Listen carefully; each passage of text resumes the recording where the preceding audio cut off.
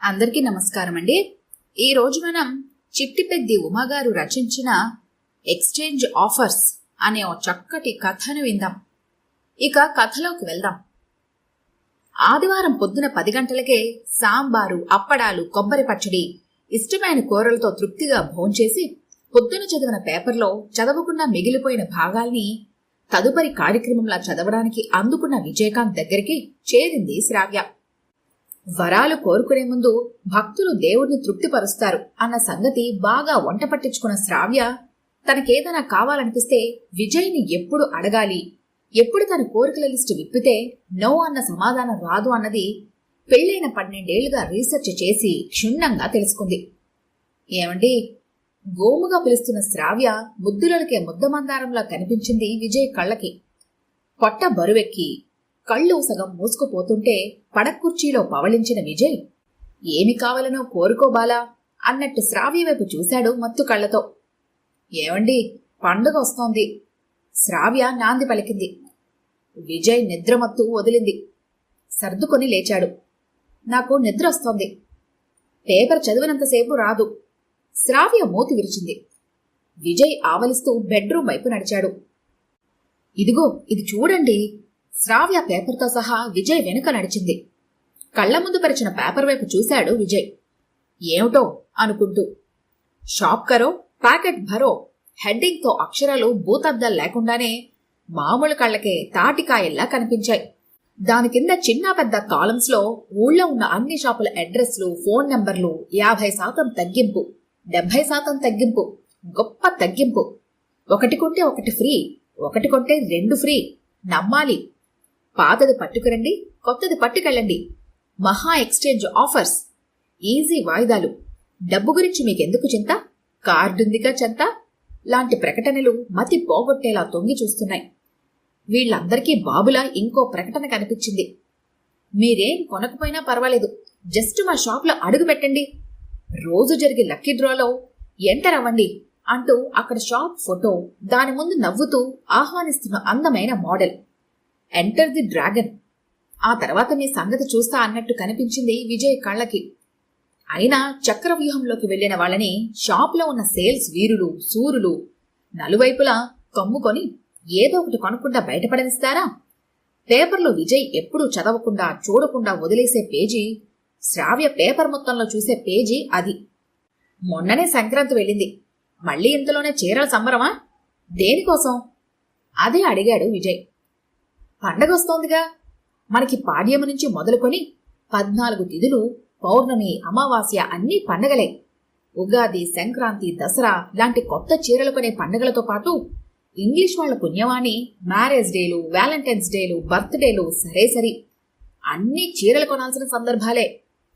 ఇంతకీ ఏం పండగ? హోలీ. శ్రావ్య కొంటగా నవ్వుతూ అంటుంటే విజయ్ పక్కలో బాంబు పడ్డట్టు అదిరిపడ్డాడు. శ్రావ్య చీరలు కొనే పండుగల లిస్టులో ఇది ఇదివరకు లేదు, కొత్త ఎడిషన్ కాబోలు. అలా గుడ్లు తేలేయకండి, ఎలాగో ఉగాది వస్తోంది కదా, మంచి ఆఫర్ ఉన్నప్పుడు కొనుక్కుంటే చౌకగా వస్తుంది. ఆఫర్ ఉండనిదెప్పుడు? ఏడాది పొడుగునా ఏదో ఒక వంకన ఆఫర్లు, డిస్కౌంట్లు, రిబేట్లు ఇస్తూనే ఉంటారుగా షాపు వాళ్ళు మీ ఆడవాళ్ల కోసం. ఇంతకీ ఇందులో నీ మనసు దోచిన షాప్ ఏది? ఇది చూడండి, ఎక్స్చేంజ్ ఆఫర్. పాత పట్టు చేరిస్తే కొత్తదిస్తారు, మనకి చౌక పడుతుంది. శ్రావ్య ఉత్సాహంగా అంది. ఇది వరలో పాత బట్టలు పని వాళ్లకి, ముష్టి వాళ్లకి ఇచ్చేవారు. లేకపోతే స్టీలు సామాన్ల వాళ్ళు ఓ చెంచా చేతిలో పెట్టి పట్టుకుపోయేవాళ్లు. ఆఖరికి పాత బట్టలకి కూడా షోరూంలో చోటు దొరికింది కాబోలు. పాతదిచ్చేస్తే అలాగే కొత్తదిస్తారా? వేళాకోళం చెయ్యక్కర్లేదు, పాత గుడ్డలకి అంతో ఇంత ఇస్తున్నారు, అదే గొప్ప. వెధవది పని మనుషులకి స్టీల్ సామాన్ల వాళ్ళకి ఇస్తే ఏమొస్తుంది? శ్రావ్య లాజిక్కి, ఉదార స్వభావానికి విస్తుపోయాడు విజయ్. పెరట నుంచి ఏనుగులు పోయినా ముందు గుమ్మంలోంచి పూచిక పుల్ల పోనివ్వరు అన్నదానికి పర్ఫెక్ట్ ఉదాహరణ. శ్రావ్య లాంటి వాళ్ళు ఉండబట్టే షాపుల వాళ్ళు చిన్నపిల్లలకి లాలీపాప్లు ఆశ పెట్టినట్లు డిస్కౌంట్లు, లక్కీ డ్రాలను దోచేస్తున్నారు. రేపు ఎలాగో లీవ్ పెట్టారు కదా, తొందరగా వెళ్తేనే మంచి స్టాక్ దొరుకుతుందండి. రేపా? విజయ్ గుండె లై తప్పింది. రేపు నేను లీవ్ పెట్టింది ఎండలోని వెనకాల షాపుల్లో తిరగడానికా? ఇండియా పాకిస్తాన్ మ్యాచ్ చూడాలని మా బాస్ని ఎంతో కష్టపడి కన్నెర్ర చేసి వంకరగా చూసినా కుంటిసాకు చెప్పి ఒప్పించాను. నేనేమైనా 10 చీరలు కొనాలా ఏమిటి? మీ మ్యాచ్ మొదలయ్యే లోపల వచ్చేయమో? వచ్చినట్టే. ఓ రుమాలు కొనాలంటేనే 4 గంటలు తీసుకునే శ్రావ్య చీర కొనడం ఇంపాసిబుల్, అందులోనూ పట్టు చీర. అవును, నీ దగ్గర పాత పట్టు చీరలేమున్నాయి? అన్నీ కొత్తవేగా? విజయ్ పాయింట్ పట్టేసినట్టుగా సంబరపడిపోయాడు. అయ్యో, కొత్తవి. నా మొహానికి కొత్తవి కూడా ఉన్నాయా? 12 ఏళ్ల నాడు పెళ్లికి కొన్న 4 చీరలేగా ఉన్నవి. అందులో 2 చిరుగు పట్టాయి.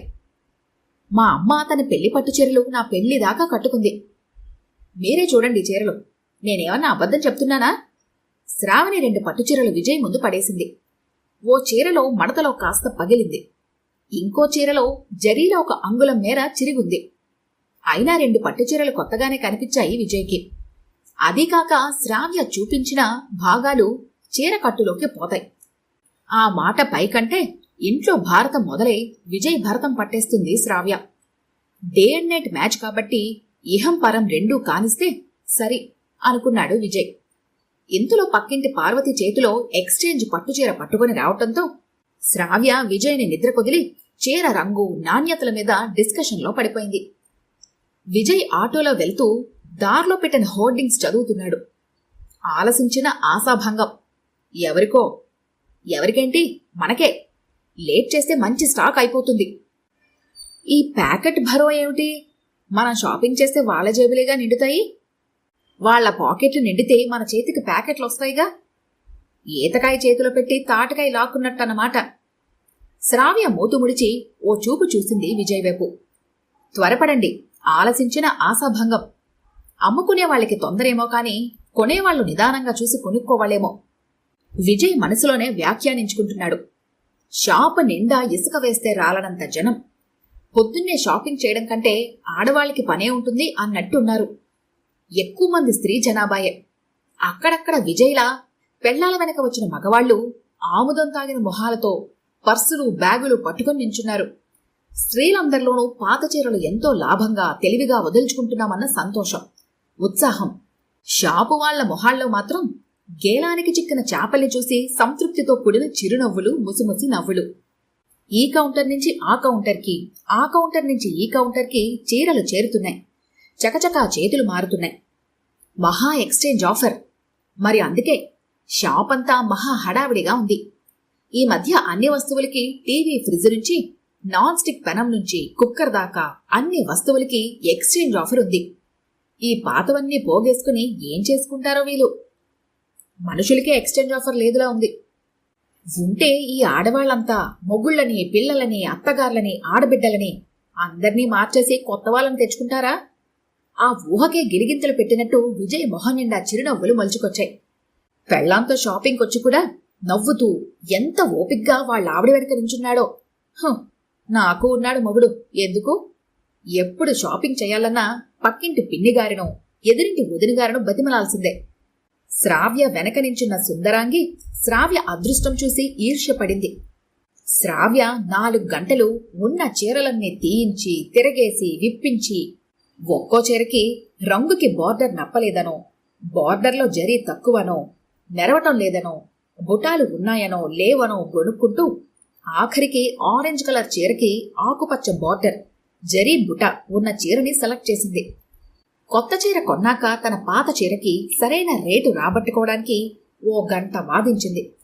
షాపు వాళ్లు ఓపిగ్గా శ్రావ్య వాళ్ల చీరలకి పెట్టిన వంకలకి ధీటుగా ఆ చీరల్లో ఉన్న లోపాలు ఎత్తి చూపించి, మూతి విరిచి, పెదవి విరిచి రేటు తగ్గించారు. టగ్ ఆఫ్ వార్ సాగి సాగి ఆఖరికి వాళ్లకే విసిగెత్తిపోయి రాజీ పడిపోయారు. 2 పాత చీరలు షాపు వాళ్లకి, కొత్త చీర శ్రావ్య చేతికి చేరుకున్నాయి. శ్రావ్య పట్టుచీర ఫ్రీగా వచ్చినట్టు సంబరపడిపోయింది. 2000 ఇచ్చిన విజయ్కి ఇంకో 400 ఇస్తే సరిపోయేదానికి 2 శుభ్రమైన పట్టుచీరలు ఇవ్వడంలో లాభసాటి బేరం ఏంటో అర్థం కాలేదు. శ్రావ్యకి అర్థమైంది కాబట్టి మగబుర్రలకి ఈ లాభ నష్టాలు అర్థం కావు అని సరిపెట్టుకున్నాడు. ఇంటికొచ్చి టీవీ ముందు మిగిలిన మ్యాచ్ చూడటానికి కూర్చున్నాడో లేదో, పక్కింటి పార్వతి పరుగులాంటి నడకతో పట్టుచీర చూడటానికి వచ్చేసింది. శ్రావ్య సంబరంగా చీర చూపించింది. అయ్యో శ్రావ్య, ఇది తెచ్చుకున్నావా? మంచి చీరలన్నీ వదిలేసి ఇది మా ఆడపడుచు మొన్న ఎక్స్చేంజ్లో ఇచ్చిన చీర. శ్రావ్య మొహం నల్లబడిపోయింది. ఇది కొత్త చీరండి, మీ ఆడపడుచు మార్చిన పాత చీరేం కాదు. మరీ పాతదేం కాదులే, 4 ఏళ్లే అయింది కొని. అసలు మా ఆడపడుచు దీన్నెక్కువ కట్టుకోలేదు. నచ్చలేదన్నా వాళ్ళత్తగారు ఈ చీర కొమ్మని 4 సార్లు ఆవిడ కోసం కట్టి మూలపట్టింది. ఇదిగో ఇదిగో కట్టంచులో పురుగు కుట్టిన చిల్లుంది చూసావా?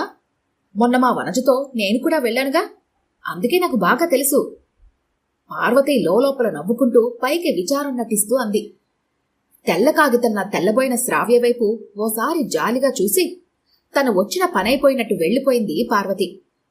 బద్దలవడానికి రెడీగా ఉన్న నీళ్ల కుండలా భారంగా ఉన్న శ్రావ్యను చూస్తే జాలేసింది విజయ్కి. రేపు మళ్లీ వెళ్లి ఎక్స్చేంజ్ చేసుకుందాంలే శ్రావ్య, ఓదార్పుగా అన్నాడు విజయ్. ఒకసారి అమ్మని సరుకు ఎటువంటి పరిస్థితులను వాపసు తీసుకోబడదు, ఎక్స్చేంజ్ చేయబడదు అని రాసి ఉన్న రసీదు చూపించింది శ్రావ్య. అవును మరి, వాళ్లు చేస్తున్నది వ్యాపారం, నో ఎక్స్చేంజ్ అన్నమాట. పాతదానికి పాతదే వచ్చింది.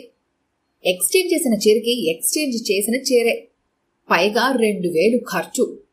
విజయ్ గుండె కూడా మూలిగింది.